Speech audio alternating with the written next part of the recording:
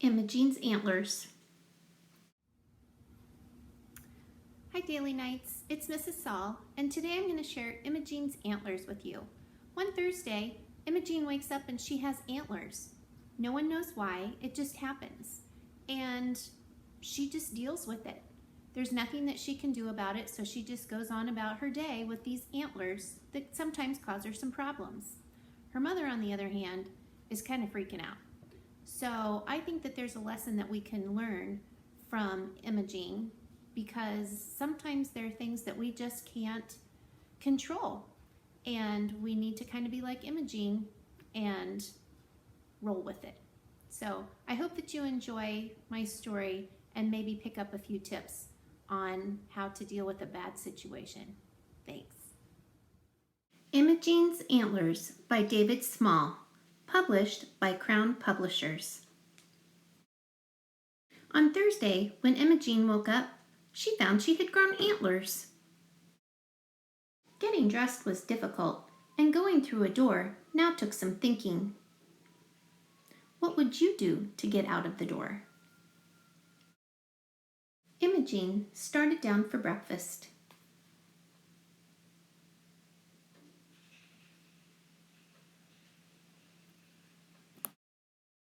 But got hung up.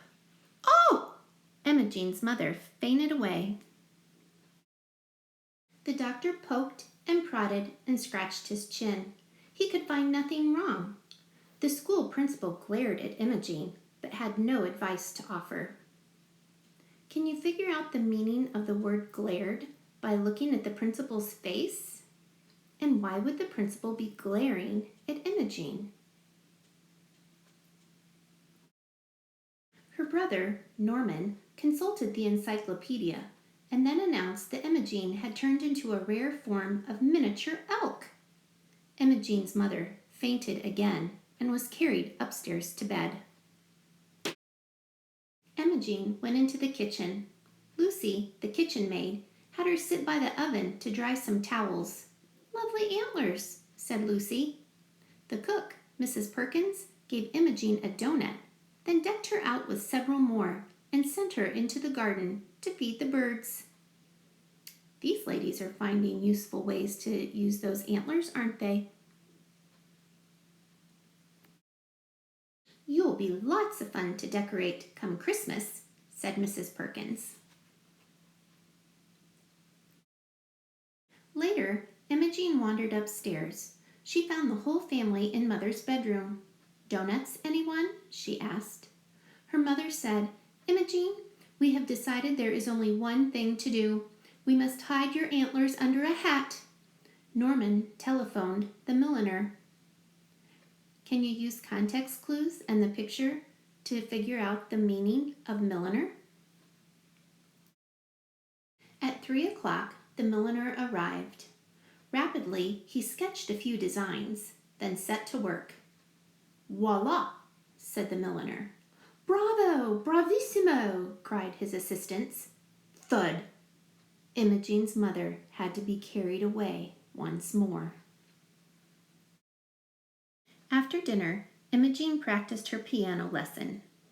Then, yawning, she folded her music, kissed the family, and went to bed.